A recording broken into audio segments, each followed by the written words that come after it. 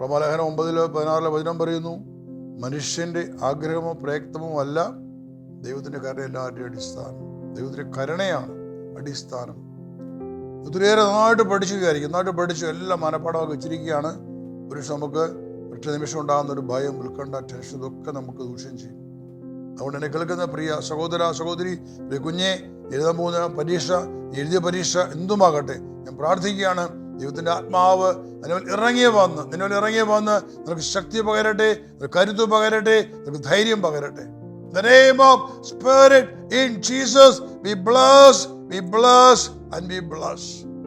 പരിശുദ്ധ മറിയം നിങ്ങളെ സഹായിക്കട്ടെ, ജ്ഞാനം നിങ്ങളെ അനുഗ്രഹിക്കട്ടെ, ഉന്നത വിജയം കരസ്ഥമാക്കിയവരായി നിങ്ങൾ കാണപ്പെടുമാറാകട്ടെ. അമേൻ, അമേൻ, അമേൻ. പിതാവിന്റെയും പുത്രന്റെയും പരിശുദ്ധ റൂഹായുടെയും പരിശുദ്ധമായ നാമത്തിലും സകന്യാമർത്തന്റെ നാമത്തിലും നിനക്ക് ഉന്നത വിജയം നേരുന്നു. അമേൻ, അമേൻ, അമേൻ.